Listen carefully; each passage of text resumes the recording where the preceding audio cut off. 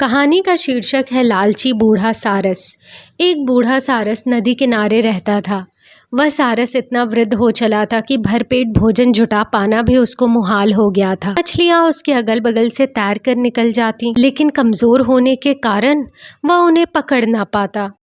एक दिन वह स्वयं को बहुत भूखा महसूस कर रहा था, क्योंकि पिछले कुछ दिनों में उसे खाने को कुछ भी ना मिला था। निराश होकर वह नदी किनारे बैठ गया और रोने लगा।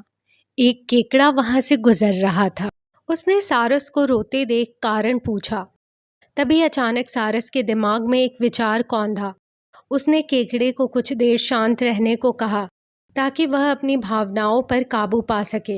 केकड़ा उसे ढाढ़स बांधते हुए चुप बैठ गया। इस बीच धूर्त सारस ने ऐसा अभिनय किया मानो वास्तव में अपनी भावनाओं को काबू में कर रहा हो।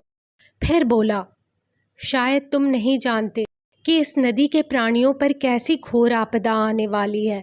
सब के सब मारे जाएंगे। नदी का पानी खत्म होने वाला है। क्या? सुनकर केकड़ा हैरान रह गया। हाँ, सारस बोला, मुझे एक ज्योतिषी ने बताया है कि शीघ्र ही यह नदी सूख जाएगी और उसमें रहने वाले सभी जलचर मर जाएंगे। ऐसी दुखद भविष्यवाणी सुनकर तो मेरा हृदय ही कांप उठा है। फिर कुछ देर ठहरकर सारस आगे बोला, यहाँ से कुछ ही दूरी पर एक झील है। बड़े जल जीव जैसे मगर, कछुए व मेंढक इत्यादि तो खुद ही चलकर वहां पहुंच सकते हैं, लेकिन मुझे मछलियों जैसे उन जीवों की चिंता सता रही है जो चलना जानते ही नहीं। बिना पानी के तो वे निश्चय ही मर जाएंगे। यही कारण है कि मैं इतना उदास व दुखी हूँ। मैं उनकी सहायता करना चाहता हूँ। यह खबर सुनकर सभी जलचर सन्न रह गए, लेकिन वे यह सोचकर खुश भी थे कि उनकी मदद को सारस वहां आ पहुंचा है। तभी सारस बोला, यहाँ से कुछ दूर पानी से लबालब भरी एक बहुत बड़ी झील है। मैं सभी असहाय जीवों को अपनी पीठ पर बैठा कर ले जाऊंगा और उन्हें सुरक्षित उस झील में छोड़ दूंगा। सारस के इस प्रस्ताव पर सभी जलचरों ने हामी भर दी। उधर सारस भी अपनी कुटिल योजना पर अमल करने को तैयार था। पहल उसने मछलियों से की और उन्हें पीठ पर लाद कर ले चला, लेकिन उन्हें झील तक पहुंचाने के बजाय एक पहाड़ी के पीछे गया और मछलियों को मारकर खा गया। इस प्रकार प्रतिदिन सारस अनेक मछलियों को अपना आहार बना लेता था। कुछ ही दिनों में उसकी सेहत सुधर गई और वह हट्टा कट्टा हो गया। एक दिन केकड़ा बोला सारस से, मित्र, लगता है तुम मुझे भुला चुके हो। मेरा तो विचार था कि उस झील तक जाने वालों में मेरा नंबर पहला होगा, लेकिन अब मुझे लगता है कि तुम्हें मेरा जरा भी ख्याल नहीं। नहीं, मैं तुम्हें कतई भूला नहीं हूँ, सारस धूर्तता भरे स्वर में बोला। वह भी रोज रोज मछलियां खाते खाते उब चुका था। वह इसमें बदलाव चाहता था।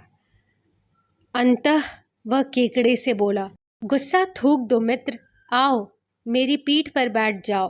प्रसन्न केकड़ा सवार हो गया सारस की पीठ पर और सारस चल दिया झील की ओर। सारस की गतिविधियां केकड़े को पहले दिन से ही संदिग्ध प्रतीत होने लगी थी और आज केकड़े को लग रहा था कि उसका संदेह तनिक भी गलत ना था। जब चलते हुए काफी देर हो गई तो केकड़े ने पूछा, अभी कितनी दूर है वह झील? सारस ने सोचा कि केकड़ा चुप रहने वाला सीधा सा प्राणी है और उसके कुटिल इरादों को कभी जान नहीं पाएगा। अंततः वह गुस्से में बोला, मूर्ख प्राणी, तुम क्या समझते हो कि मैं तुम्हारा नौकर हूँ? यहाँ आसपास कोई दूसरी झील नहीं। मेरी यही योजना तो तुम सभी को अपना आहार बनाने के लिए। अब तुम भी तैयार हो जाओ मरने को।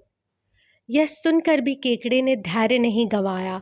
तुरंत उसने अपने तीखे पंजे सारस की गर्दन पर गड़ा दिए और उससे नदी की ओर लौट चलने को कहा। उसने यह भी कहा, यदि उसने ऐसा ना किया तो वह अपने तीखे पंजों से उसकी गर्दन तोड़ देगा। अब नदी की ओर लौट चलने के सिवाय सारस के पास और कोई रास्ता ना था। नदी किनारे पहुंचते ही केकड़ा उछलकर सारस की पीठ पर से उतरा और नदी के शेष बचे जीवों को सारस की कारस्तानी से अवगत कराया। सुनकर सभी को गुस्सा आ गया और उन्होंने आक्रमण कर सारस को मार डाला। इस कहानी से हमें यह शिक्षा मिलती है कि लालच बुरी बला है।